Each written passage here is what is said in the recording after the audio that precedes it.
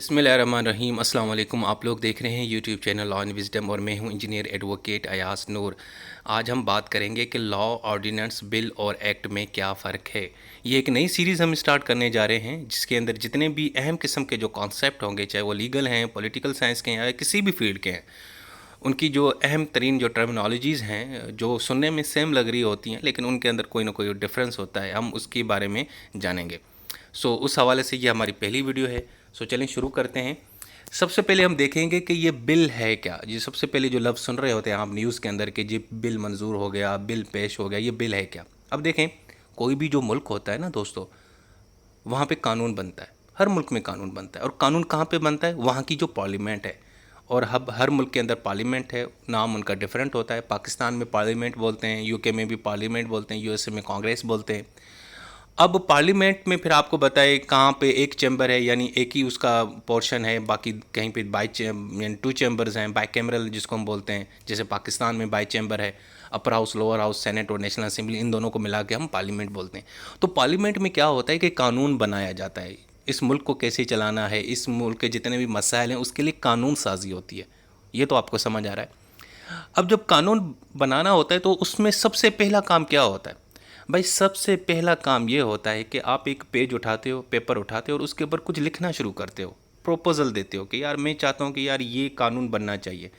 मिसाल के तौर पे मैं अब मेंबर ऑफ़ नेशनल असेंबली हूँ, मैं पार्लियामेंट में बैठा हूँ और मैं चाहता हूँ कि यार एक कानून बनना चाहिए। जो स्टूडेंट बेचारे अपनी क्या कहते हैं डिग्री 16 साल की ग्रेजुएशन कंप्लीट करते हैं, उसके बाद जब तक उनको जॉब नहीं मिलती, हुकूमत को चाहे कि उनको वो कोई 20-30 हज़ार यानी हर मंथ पे करे ताकि वो अपना एक्सपेंडिचर उठाएं और पेरेंट्स को भी प्रॉब्लम्स ना हो। ये मैं बिल लाना चाहता हूँ। मैं चाहता हूँ यार ये कानून बने। तो सबसे पहले मैं क्या करूँगा, उसको ड्राफ्ट करूँगा, लिखूँगा तो ये एक किस्म का क्या होगा, प्रोपोज़ल होगा। मैं पार्लियामेंट में जाऊंगा और उसको पेश करूंगा, उनको कहूँगा सर ये प्रपोज़ल है, मैं चाहता हूँ कि ये कानून बनना चाहिए।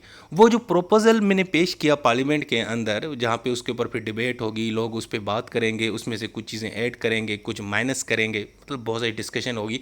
वो जो रफ़ ड्राफ्ट होता है, वो जो प्रपोज़ल होता है एक कानून का, एक यानी इनिशियल थाट्स जो होते हैं, जो आप लेके जाते हैं असेंबली के अंदर, पार्लियामेंट के अंदर, उसको बोलते हैं दरअसल बिल। बात समझ आई? बिल जो है इनिशियल स्टेज है किसी भी कानून की। खुसूसन जो एक्ट है, जो एक्ट बनता है पार्लियामेंट के अंदर, वो मैं आपको आगे बताऊंगा एक्ट क्या होता है। लेकिन ये देखें, जो एक्ट बन रहा होता है कानून, उसका जो पहला हिस्सा है, जो पहला इनिशियल स्टेज है, वो बिल है। इसके अंदर ये समझें कि एक किस्म का प्रपोजल दे रहे होते हैं और ये एक डॉक्यूमेंट के फॉर्म में होता है। इसके अंदर आपने मेन पॉइंट्स लिखे होते हैं। फिर वो जो बिल जो है ना, वो पार्लियामेंट में जाता है। अब ये बिल कौन दे सकता है, ये प्रपोजल के दो कौन दे सकता है भाई? पार्लियामेंट में दो किस्म के लोग बैठे होते हैं, एक हुकूमत के बंदे बैठे होते हैं और एक अपोजिशन के। हालांकि दोनों मेंबर ऑफ नेशनल असेंबली होते हैं। एक हुकूमत वाले जो हुकूमत के अंदर एग्जीक्यूटिव का भी काम कर रहे होते हैं, लेकिन साथ में अब अगर उनको कोई कानून चाहिए होता है तो वो कानून पेश करते हैं पार्लियामेंट में। और अपोजिशन के लोग भी बैठे होते हैं बाज़ औक़ात, तो वो भी कोई कानून बना के पेश करते हैं, ड्राफ्ट देते हैं, बिल देते हैं। फिर वो देखते हैं, उसके ऊपर डिबेट होती है, वो मंजूर होता है कि नहीं होता। अगर मेजॉरिटी कहती है कि हो जाए तो वो हो जाता है। अब ये जो बिल है, या तो ये हुकूमत के लोग भी पेश कर सकते हैं और कोई और प्राइवेट जो मेंबर ऑफ नेशनल असेंबली है, जो हुकूमत का बंदा नहीं है, यानी वो मेंबर ज़रूर है नेशनल असेंबली का, तो वो भी बिल पेश कर सकता है, प्रपोजल। उसके बाद फिर डिबेट होती है, फिर वो मंजूर हो या ना हो, आगे वो कानून बनता है नहीं बनता, वो एक अलग चीज़ है। लेकिन ये जो बिल है ये कोई भी पेश करता है। अब पार्लियामेंट के अंदर भाई ये हुकूमत के भी बंदे बैठे होते हैं, अपोजिशन का। इसका मतलब क्या है? देखें, जब पार्लियामेंट होती है ना, उसके अंदर वो लोग आते हैं जो इलेक्शन जीत के आते हैं। अब उसमें से एक पार्टी जो है ना, उसने मिसाल है 100 में से 80 सीटें ली हैं या 60 ली हैं, तो इसका मतलब है कि वो क्या करेगी, हुकूमत बनाएगी। जब वो हुकूमत बनाएगी तो वो क्या करेगी, उन्हीं बंदों में से कुछ लोग वज़रा बन जाएंगे, मिनिस्टर्स बन जाएंगे, कैबिनेट बन जाएगी, वो एग्जीक्यूटिव का काम करना शुरू करेंगे, बाकी लोग पार्लियामेंट में बैठे होंगे।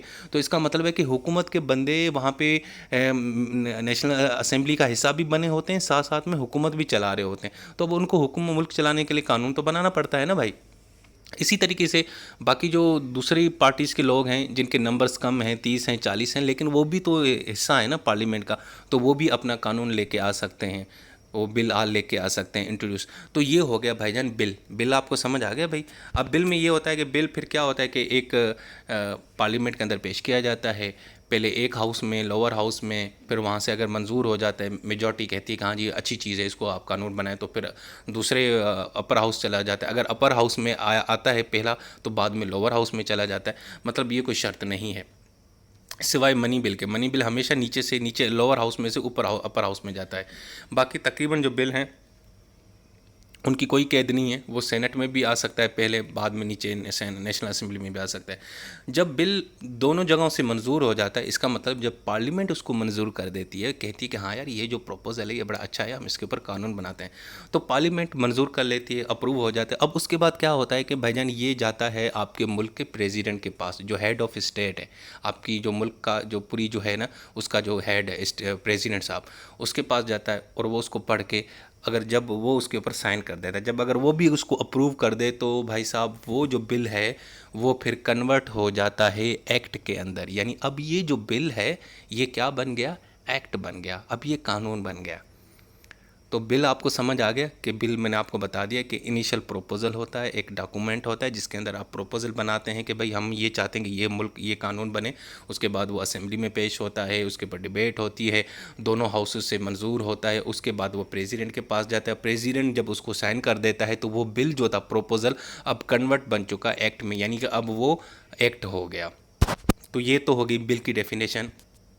उसके बाद एक्ट क्या होता है? अब एक्ट तो मैंने आपको पिछले में बता दिया बिल के अंदर, कि वो बिल जब प्रेसिडेंट के पास, असेंबली से होके प्रेसिडेंट के पास जाता है, प्रेसिडेंट उसको अप्रूव कर देते हैं और प्रेसिडेंट भी कहता है कि हाँ यार ये प्रोपोजल अच्छा है, इसके ऊपर कानून बनना चाहिए, तो वो एक्ट बन जाता है और एक्ट जो है वो कानून की शक्ल इख्तियार कर जाता है।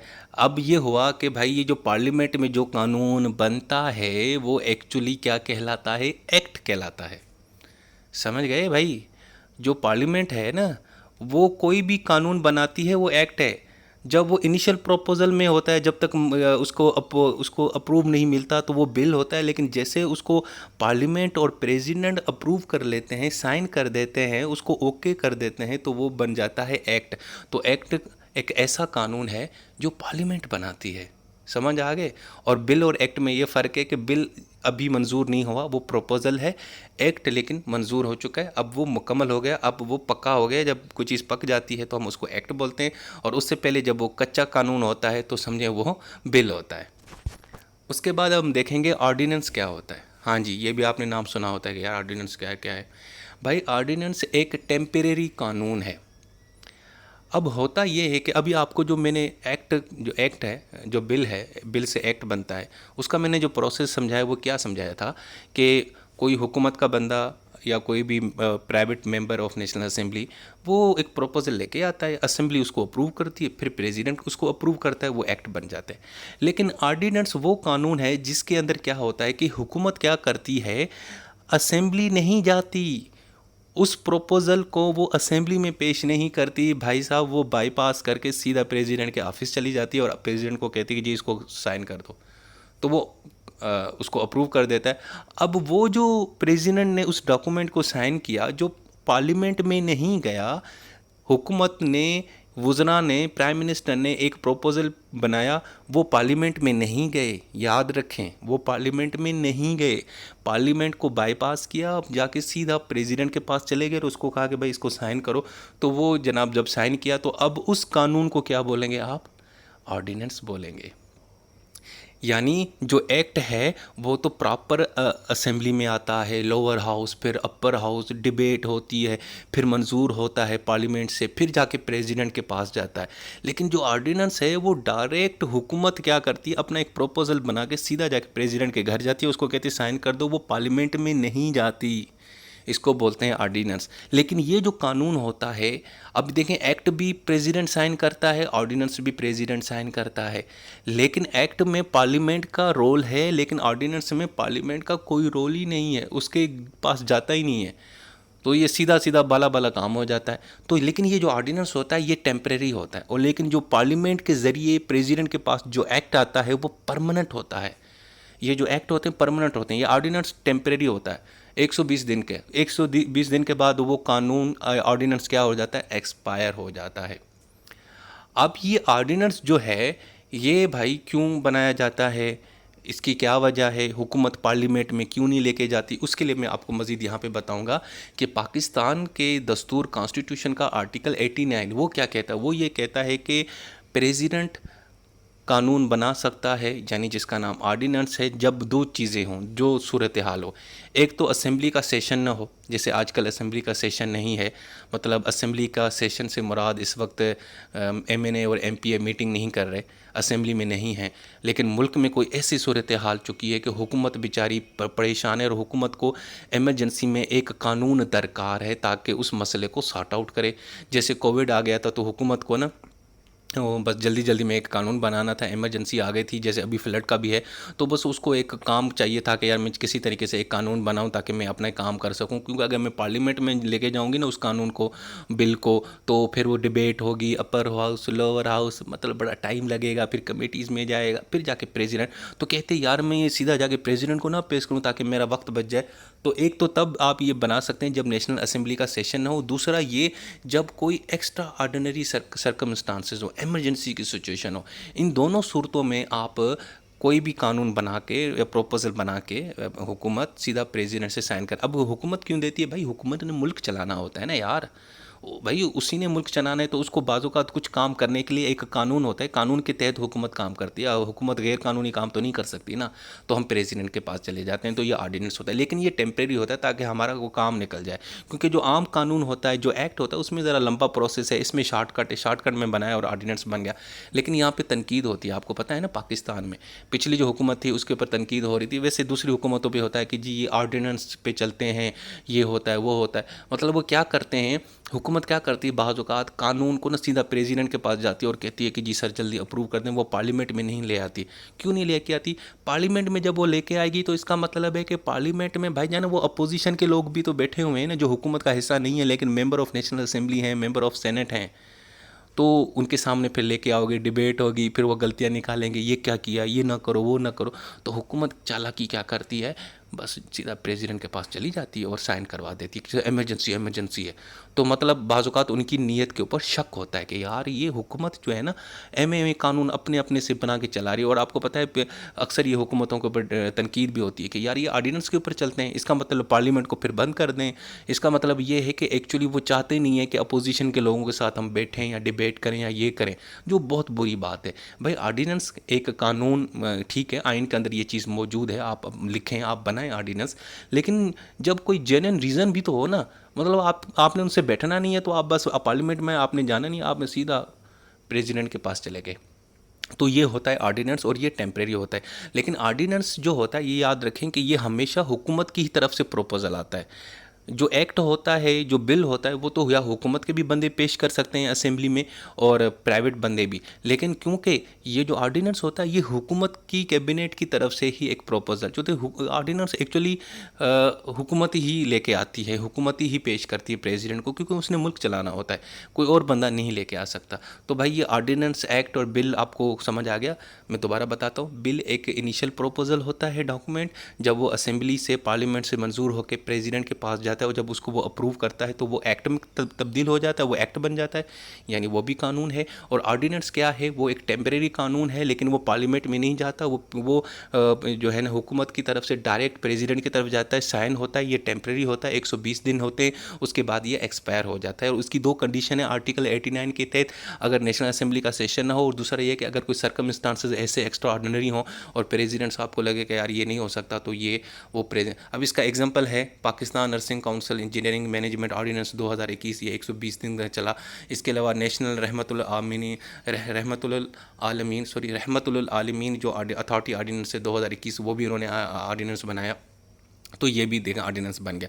तो ये ऑर्डिनेंस हैं, ये टेम्परेरी होते हैं और 120 दिन के बाद एक्सपायर हो जाते हैं। अब हम देखते हैं what is a law. Law क्या है? लॉ क्या है भाई? लॉ जो है ना एक जेनेरिक टर्म है। इसमें ये जितने भी चीज़ें आप पढ़ी ना, बिल हो गया, एक्ट हो गया, ऑर्डिनेंस हो गया, रूल्स हो गए, रेगुलेशन हो गए, सारे इसके अंदर आ जाती हैं। लॉ एक जेनेरिक टर्म है। जिस तरह एक जेनेरिक टर्म है पर्सन, पर्सन में फिर मेल भी आ सकता है, फीमेल भी आ सकता है, यंग लड़का भी आ सकता है, बुज़ुर्ग भी आ सकता है, बच्चा भी आ सकता है, एशियन भी आ सकता है, इंडियन भी आ सकता है, पाकिस्तानी भी आ सकता है, यूरोपियन भी आ सकता है, अफ्रीकन भी आ सकता है। तो पर्सन एक जेनेरिक लफ्ज़ है, इसी तरीके से लॉ भी एक जेनेरिक लफ्ज़ है। और ये लॉ जो है ना, इसके अंदर ये सारी चीज़ें आ जाती हैं, एक्ट्स, रूल्स, रेगुलेशन, ऑर्डिनेंस, ये तो लॉ क्या है? लॉ आपको पता है एक कानून होता है, और ये कानून कौन लेके आती है? जो आपके मुल्क के अंदर हुकूमत कर रही होती है, जो सुप्रीम पावर होती है। वो क्यों कानून बनाया जाता है? ताकि लोगों का बिहेवियर रेगुलेट किया जाए, लोगों को कंट्रोल किया जाए, लोगों को गलत काम करने से रोका जाए, और अगर कोई गलत काम करता है तो उसको सज़ा दी जाए। सो लॉ हो गया एक जेनेरिक टर्म, और उसके अंदर ये सारी चीज़ें आती हैं। तो लॉ, ऑर्डिनेंस, एक्ट, ये सारी चीज़ें एक ही हैं, लेकिन में थोड़ा थोड़ा सा डिफरेंस है। और बिल जो है वो इनिशियल प्रोपोज़ल होता है एक्ट बनने के लिए। अब हम देखेंगे इनमें डिफरेंस क्या है मज़ीद। अब देखते हैं भाई बिल क्या हो गया। सबसे पहले तो ये एक इनिशियल स्टेज पे एक प्रोपोज़ल होता है, और समरी होती है, इसके अंदर लिखा होता है कि यार हम ये कानून बनाना चाहते हैं। अच्छा, जब वो असेंबली से पास हो जाता है, प्रेसिडेंट से भी पास हो जाता है, तो वो एक्ट के अंदर कन्वर्ट हो जाता है। उसके बाद जनाब ऑर्डिनेंस में क्या है? ऑर्डिनेंस दरअसल वो होता है जो है ना, वो असेंबली से पास नहीं होता, बल्कि वो डायरेक्ट प्रेसिडेंट से पास होता है। और प्रेसिडेंट को कौन देता है? हुकूमत के बंदे आके देते हैं, प्राइम मिनिस्टर या कैबिनेट देती है, जो कैबिनेट वफाकी काबीना हम जिसको बोलते हैं, वो आके देती है। और अच्छा, ये तो हो गया फेडरल में। इसी तरीके से सूबे के अंदर भी जो है ना ऑर्डिनेंस आ सकता है गवर्नर के ज़रिए। जो गवर्नर का रोल होता है वही रोल एक्चुअली सेंटर में आपका प्रेसिडेंट का होता है। और वहाँ पे जो सूबाई गवर्नमेंट है या प्रोमोशनल गवर्नमेंट है, वो जो है ना एक्चुअली वहाँ की जो असेंबली है उसको बाईपास करके, मिसाल है पंजाब गवर्नमेंट है, पंजाब गवर्नमेंट एक ऑर्डिनेंस लाना चाहती है, तो वो क्या कि असेंबली, पंजाब असेंबली नहीं जाएगी, बल्कि सीधा गवर्नर के हाउस के पास जाएगी और उसको अप्रूव करवाएगी। अगर फेडरल की हुकूमत होगी तो वो फेडरल हुकूमत प्रेसिडेंट के पास चली जाएगी, नेशनल और सेनेट में नहीं जाएगी। ओके हो गया। तो ये ऑर्डिनेंस है, ये टेम्प्रेरी होता है और ये एक्सपायर हो जाता है। इसको आप तब्दील भी कर सकते हैं, चेंज भी कर सकते हैं। ये हो गया। और बाकी रहा लॉ, तो लॉ एक जनरल टर्म है, रूल्स और रेगुलेशंस के लिए यूज़ होती है। ये एक्ट की फॉर्म में भी हो सकता है, ऑर्डिनेंस की फॉर्म में भी हो सकता है, बाय लॉज की भी फॉर्म में होता है, रूल्स और रेगुलेशन की फॉर्म में भी हो सकता है, और एक्ट की फॉर्म में भी हो सकता है। सो ये सारी चीज़ें उसके अंदर आ सकती हैं। सो दोस्तों, ये थी वीडियो आपकी। इसके अंदर मैंने बिल, एक्ट, ऑर्डिनेंस, लॉ और इन सब में आपको मैंने डिफरेंस बताने की कोशिश की। साथ में मटेरियल भी प्रोवाइड किया है ताकि आपको मज़ीद वाज़ेह हो जाए कि क्या लिखा हुआ, क्योंकि बाज़ औक़ात आप सिर्फ जब सुन रहे होते हैं चीज़ों को तो वो याद नहीं रहती। इसलिए मैं साथ में आपको मटेरियल भी प्रोवाइड करता हूँ ताकि ये चीज़ आपको हमेशा के लिए याद रहे। चलें दोस्तों, ये थी आज की वीडियो। फिर किसी और वीडियो के साथ आपकी खिदमत में हाज़िर होऊंगा। अल्लाह हाफ़िज़।